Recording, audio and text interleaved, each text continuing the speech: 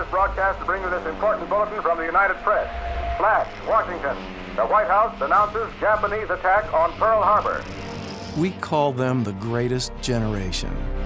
These young guys are barely more than boys, but in a few weeks they'll be at the center of the storm. You who have not seen it do not know what hell looks like from the top.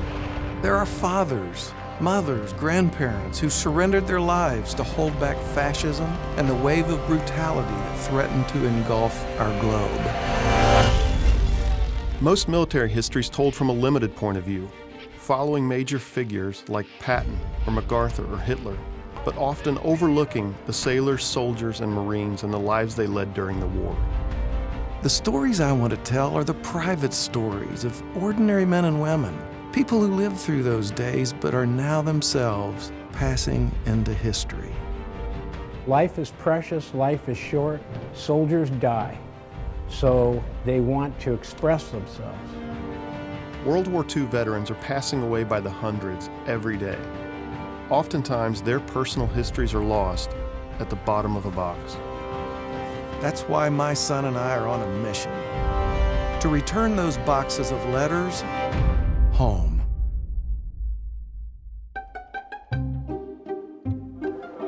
I'm Bob Massey.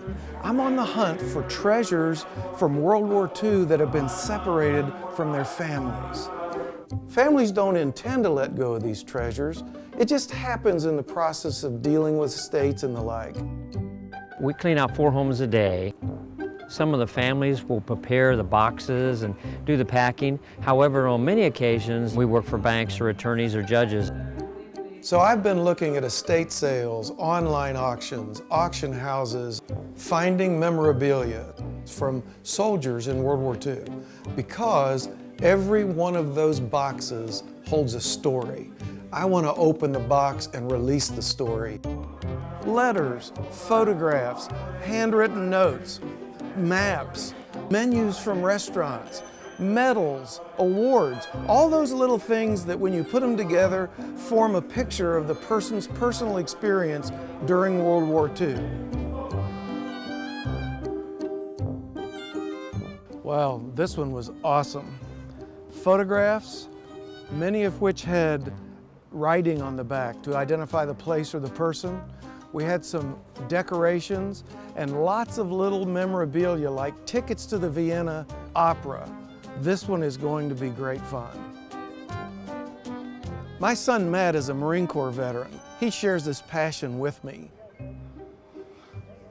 Hey, what's up? Hey bud, you won't believe this one. Yeah, I got a box and a go-kart for the kids. Oh, great. I'll be at the bunker in about an hour. Can you meet me? Sounds good. I'll be there. Okay, see ya. My grandfather was in the Navy during World War II. No one really knew what he did because he never talked about it. Now, I've got a lot of memorabilia that he left from his time in the war, and it's really important to me because it's part of my decision to be in the military. Got a new box of goodies. What did you know about it when you bought it? Anything? No, I know it cost me 16 bucks. Oh, wait. The first thing we do when we get a new box is tear into it, try to get an idea of what's in it, and generally assess the situation, I guess. Once we've done that, he takes the family side, I take the military side, and research gets started. Eris, Utica, New York. Let's see here. Oh, yeah. Oh, my gosh. Let's figure out who he is and who he was. Okay, here's some guys in the... Oh. Lorentz Sector. Here's one from Rome, Italy, 22 July 1945. That's about a month and a half after the Germans surrendered and the war was over. They look a little cocky. They want it. Here's another one, along the seashore in Marseille, 3 September 1945. I was getting ready to go to the beauty parlor for a permanent. What would the Marines call that? Perm? High and tight, I don't know. They don't have perms in the Marine Corps. Rainbow Division veterans. That's the 42nd Infantry Division, and he's in it. That's good to know, too. Part of what's drilled into you when you join the military as a young person is the respect of the people that came before you. You're constantly reminded of the actions that they did in World War II, Korea, Vietnam, the Cold War, and the interwar era. Here's another picture of them, a group of them, 25 April 1945. The Army would have been around the Siegfried Line, but I'm not sure where the 42nd Division would have been during that time. When was this date? 25 April? How long had they been in the field? Living in tents? Well, let's see, April, they probably started off out of Marseille in trucks around November to December 1944, so they'd been there for several months. Oh, gee, that is an awesome shot. They're still stinking, filthy, dirty. And they're all babies. They're all kids. Daggone. They're 18, 19, or 20 years old. A lot of them look like they don't even need to shave. And in their pictures, they're in the middle of war-torn France. That one really gets me. That's guys out there living through hell. Here's a pay record with a father's name and another street address. That might be important for you. Yes, that will be excellent. It's Army serial number, too. Ha-ha. That'll make it a piece of cake to find these records online. Michael Barris, father. That might be for you. It's not military. I don't know what it is. Oh, it's a Catholic church marriage brochure. An old New York driver's license. Lots of personal information on there. Anthony, Joseph Anthony. Joseph Anthony. Birth date, 9/1/23. 210 pounds, 5'8". He's white, brown eyes, brown hair. Joseph Anthony Barris. I love looking at this stuff. Pocket Guide to France. Well, like he had any time when he was in France. Right? Military version? For use of military personnel only. Now I wonder what that means. Would Probably there be all the rules you can and can't follow, streets you can't go down, and a few pages of French history, cool little hand drawings. Oh, here's some map. I'm sure there's language cues in there too. Where's the bathroom? Oh, let's see if I can find a few. Don't try it. Oh, wait a minute. Don't try Look it. at this, this is great. Don't think that peasant means hick in France. The Ugly American, Paris street scene. Ah, here's some French I can speak. No, don't do it. I want to, though. Oh, yes, here we go. Gendarme. That's good enough. That was. My father and I work really well together. He's never met a stranger. I like to stand in the corner, watch everything that goes on. Here's Bossy and Kern again. Bossy or Rossi's trying to look cool and Kern's screwing off.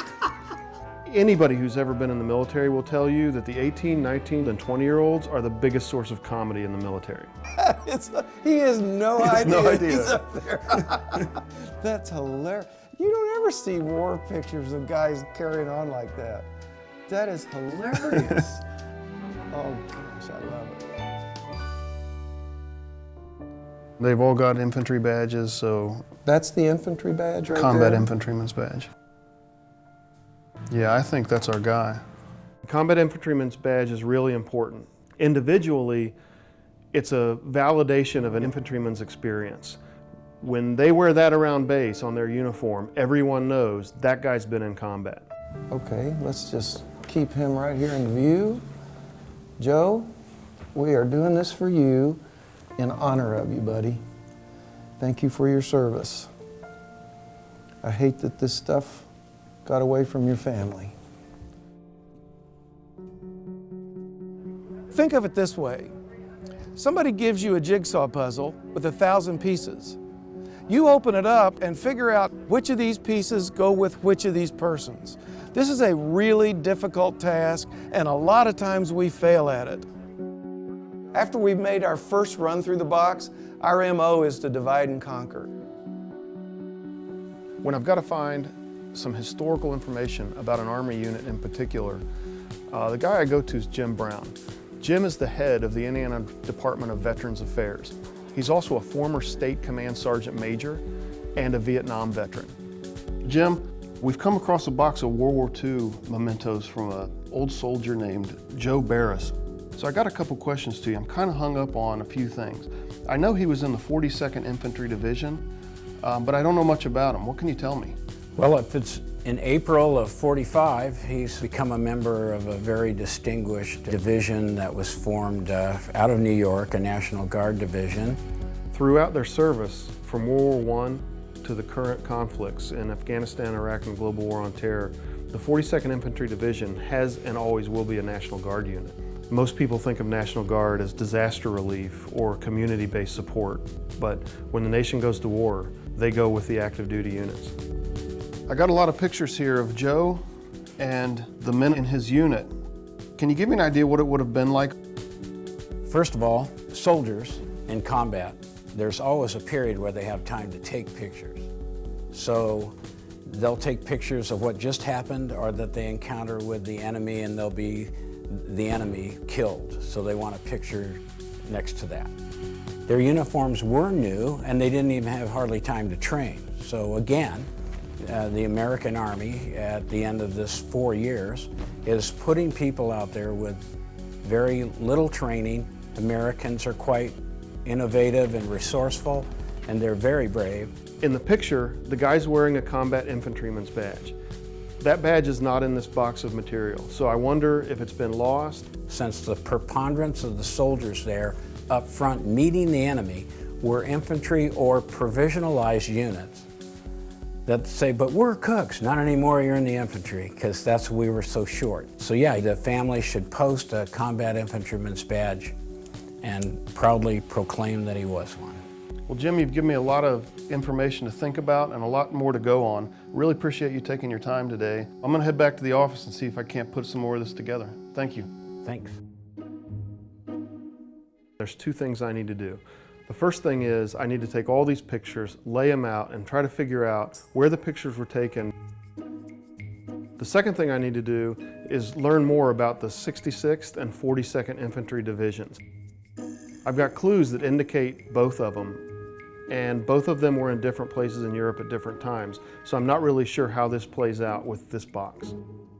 Oh, what's it like to be given the right to be carefree and gay once again? While Matt's doing the military research, I try to track down the family. Sometimes I use military items and sometimes I use civilian items. A charming scene like this.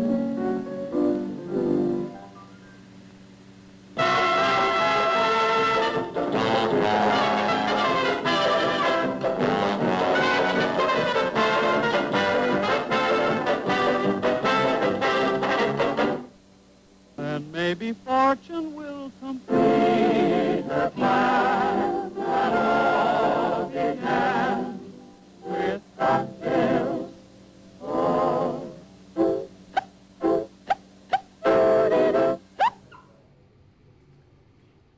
So I spent the last week doing some research, and let me show you what I've come across. First of all, I'm pretty sure that's Joe Barris. That's the guy we're looking for. There are pictures that have him listed by name, and it looks really close, even though the pictures are kind of far away. So I'm gonna call that Joe right now. After meeting with Jim, the first thing I did was try to lay out the timeline and geographic location of all the pictures that we had in the box. First thing is I've got two patches in the box. Most of my clues point to Joe being in the 42nd. The problem is there's some other things that indicate he may have been in the 66th Infantry Division, and they were both geographically separated throughout their missions, so I'm a little confused there. But let me show you what I've come across, and maybe you can find a breakthrough or see what I'm missing. First of all, I've got several pictures of Joe and his comrades at a place called the Lorient sector of France, and the Lorient's over here on the coast. The 66th Infantry Division finally moved out of southern England, headed for France, on a group of transport ships to cross the English Channel. There's a couple historical notes about the Lorient sector and the 66th Infantry Division. First of all, one of the worst U-boat kills in the war happened to this unit.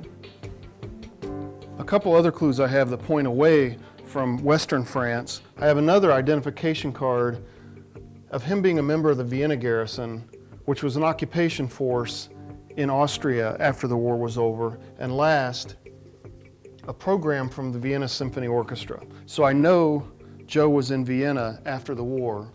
Looks like you've just got to somehow get the 66th and the 42nd experiences lined up. Any ideas yet?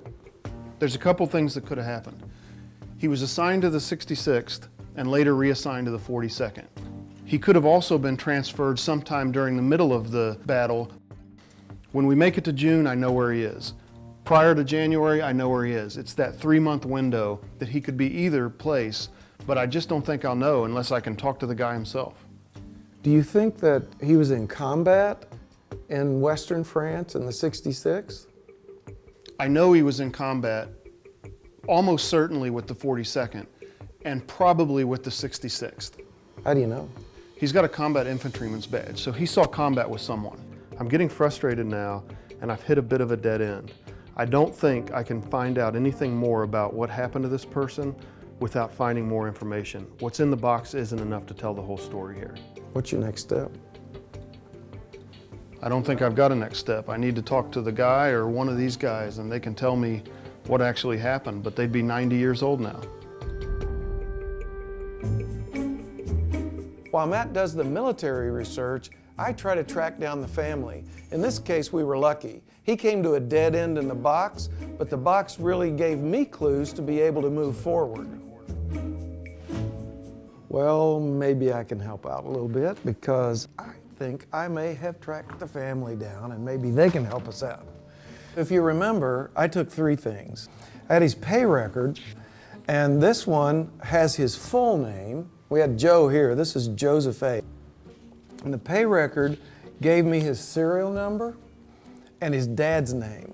So now we can place him with all of that information into one of the federal censuses, and it also places him inside a family, all right? The 1930 census, Michael Barris is the head of the household. Philomena is his wife, and we've got Joseph, a son, 6 at the time. They're in Utica, New York, 1930. Also, because I had his serial number, I was able to track down his enlistment records. He enlisted March 25th, 1943 in the county of Oneida, New York, which is where Utica is. Joseph A. Barris. We've got him in Utica. He enlisted in 1943. That lines right up with what you found. He's got a family, but I have even better news. These clues never take you straight to the family. You've got to go 1 step, next step, 3, 4, 5, 6, maybe 7 steps. Well, I found out that he married a lovely lady, Esther Capotorto. How's that for Italian?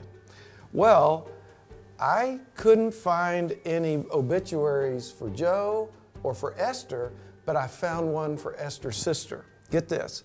This is February 25th, 2010. Angeline Barris, previously Capotorto, survived by nephews and nieces and brother-in-law Joseph Barris, 2010. All this took place at St. Anthony of Padua Church in Utica. I called the church. So I left a message. I got no reply. So I called back again. No reply, no answer. I don't know if this church is busy and nobody's answering, if it's only populated 1 day a week or a month. I have no idea. But I know that my trail stops right there. Well, you're stuck and I'm stuck. Is there anything else we can do? I think we go to Utica. We go knock on the door. I've exhausted all my options, and if that's all we've got left, let's go to Utica. One way or another, we're going to be in town late tonight. Is that me or you? It's you. This is Bob Massey. So we're on our way to Utica. The phone rings, I pick it up, and it is Deacon Bill. Oh, hi, Bill. Oh, yes. Oh, I really appreciate you calling me back. We've been trying to track down the family of a World War II veteran named Joseph A.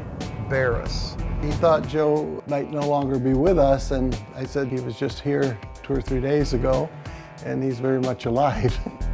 And he says, what's more, Joe was just in here last week. Are you kidding me? Matt, Joe was just in the service last week.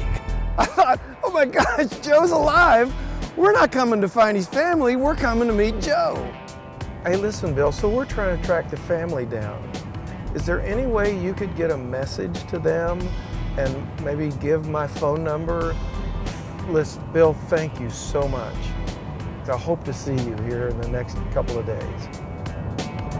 He said he's mostly in a wheelchair right now, but he said he is sharp as a tack. All right, before I forget this phone number, I'm gonna call her. I think we're gonna get a voice message. Well, don't freak her out. Yeah, okay. Hi, Mrs. Putnam. My name is Bob Massey. I had been out most of that day, and my husband had been out, and then came home in the evening, and he asked me if I had heard the messages. And I said, no. He said, there's a message you really need to go listen to. And when I first heard it, I thought, what is this? We're driving up here, and I said, Marianne, I'm so-and-so. Deacon Bill gave me your number. I'm not a crazy. Well, she just about went crazy. Within seconds of speaking with Bob, I was in tears and laughing and just confused, and he started telling me things that I knew, okay, he really has something because I've heard about this. When he mentioned about tickets to the orchestra in Austria, I was like, yeah, in Vienna. He told me those things. I just felt like it was an out-of-body experience. She was so excited. She loves her dad so much. Yes, come on. I said, we'll be there tomorrow. Oh, we're getting close. This is a beautiful area. This is like historic New York. I love this. Let's see, 160, there we are, 162. I think this is us. Okay. Marianne and Buzz, Joe, the boys. Woo-hoo. All right, let's go, Let's do this thing. It was shocking. When we got the phone call from Bob, it's kind of like, you know, the old astrology, all the stars and planets are lined up. And that sounds very hokey. But in some respects, you know, a lot of things in life are a coincidence or luck. And that's what it feels like here. You know, it's that 7 degrees of bacon. We're seeing it in real life here. We walk up, we say hi to her, and quite unexpectedly, she says, it's time for you to meet Dad. He's in the house. I thought we're gonna go and we're gonna wait around and you know, he's there. It was thrilling. Thanks for coming. Oh my gosh, I cannot wait to meet him. The Joe Barris. Here's the guy that started all. Jeez. How could I ever thank you? Oh, what an honor to finally meet you. Oh, it's unbelievable. Gee, great, great. Was this a pretty big shock for you? Oh, gee. How long were you in the service, too? 10 years. 10? Oh, I'm a novice compared to you. Of course, his body is enfeebled, but his mind is amazing. So it's about 70 years ago, you know, your time in World War II. Is it fresh in your memory still? It still is, you know. I remember we took off for Europe in 1944, November 15th. It took us 11 days to get to England. I mean, I could have walked faster almost. You were on a troop carrier? Yeah, a troop ship. And see, we were a troop ship, and they had freighters on either side of us, and then they had destroyers watching it, you know. And whether that was the reason they took us so slow, worried about submarines or whatever. My grandfather was on the USS Mission Bay. He might have been 1 or 2 ships over from you at one point. He told story after story after story after story without stopping, pausing, thinking. And he actually said, well, you know, I was a young man. This was really important in my life, and I can remember most of it very clearly. Amazing guy. He may not be able to, you know, remember what he had for breakfast, but he can remember how cold it was on Christmas Day. Our division was going to be sent to France when we boarded the troop ships in the English Channel. The Leopoldville was a Belgian registered ship bringing American troops over with a division to relieve either the 4th or the 29th, which had suffered heavy battle casualties. One of our troop ships was sunk by a submarine. 5 miles off of the Cherbourg breakwater, a submarine put a torpedo in the Leopoldville. They examined the damage and they didn't think the ship was actually going to sink. They radioed into Cherbourg and told that they had been hit and asked for assistance. Now this was Christmas Eve and all the top brass was at a Christmas party. And you had some probably second lieutenant or first lieutenant who was in charge of the shop. And he didn't feel that he had the authority to dispatch rescue boats. Now instead of him interrupting the festivities and the party, he just ignored the requests for help. We landed in France, of course, at Cherbourg, and all the harbor lights were on.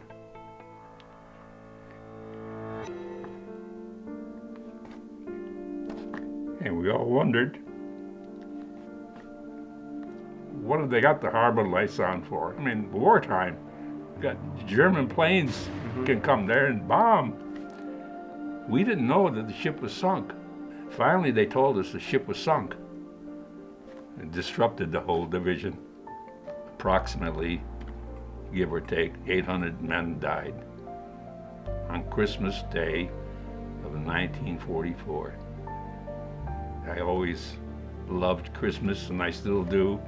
I survived, but look at the ones that died. Do you think that's the first time that the gravity of what you guys were going into hit? Yeah, I mean, that was something.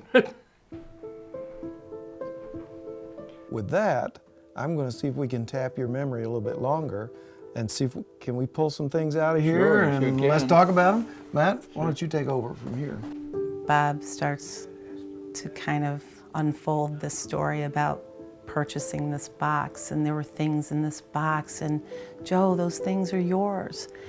And the look of utter amazement, stunned, and he started to cry. I spent about the last 2 weeks learning about the 42nd Division. 66th, I was in. 66th, I was okay. in the 42nd.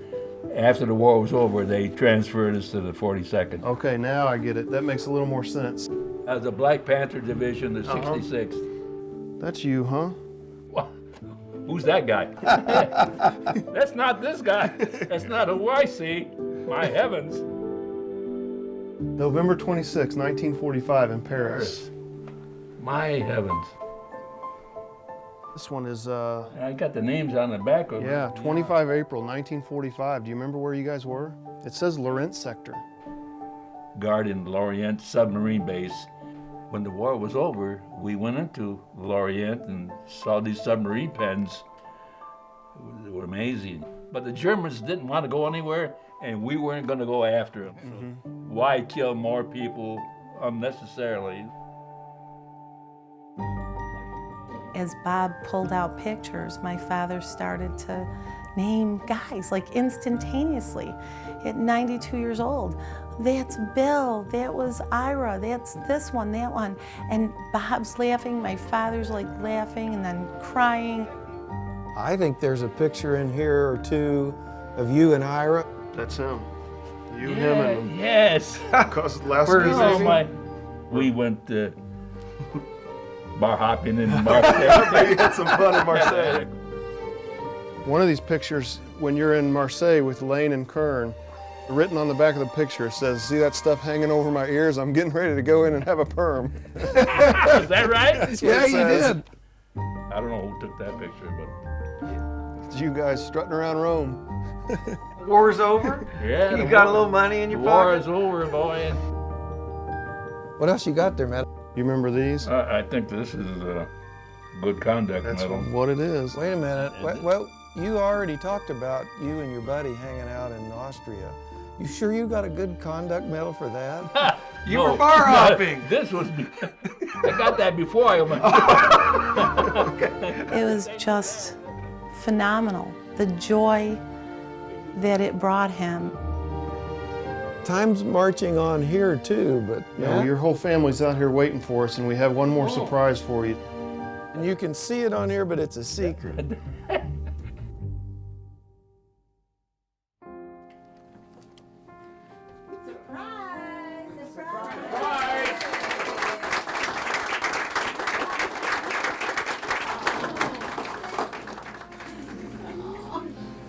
And everybody's come today to see you, so you can just see everyone. So Joe, I told you we had something else, and there was a bunch of stuff in your box, but there was one thing missing, so we brought somebody special for you. All right, Joe, this is Major Rob Steely. Ironically, he's also part of the 42nd, which was your division. It is now his. And Rob is here special to see you and present you with an award that Matt had noticed that you have in a picture, which we can no longer find. First of all, Joe, it's a pleasure to meet you. Last week, Buzz explained your story to me, and he asked if I could come, and I'm very honored to be here. I realized that you're missing one key piece in some of your souvenirs and your medals. So today I'd like to present you my combat infantry badge. Oh. I'm going to present you mine that I earned in Iraq, and I want to give it to you. Wonderful. It's unreal. There you go, sir. Thank you so much. Yes, and thank you for your service. Oh. I appreciate that. Thank you.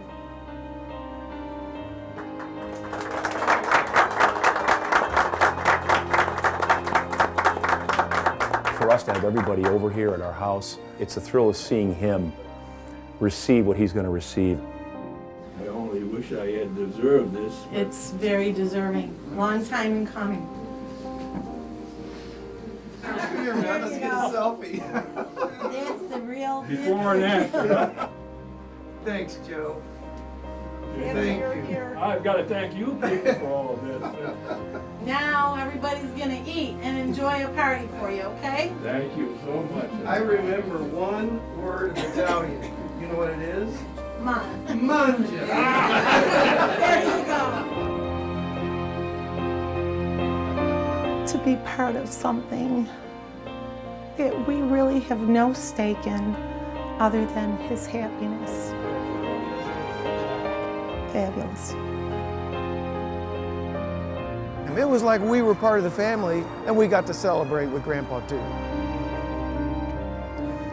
He said, Bob, I never really did anything in my life. I'm not one of those big people. I came back, I got a job, took care of the family. There were all these things happen in our lives, and then where did it all go? And I said, Joe, that may be true from your perspective, but from my perspective, you are a symbol of the millions of men and women that secured what we enjoy today.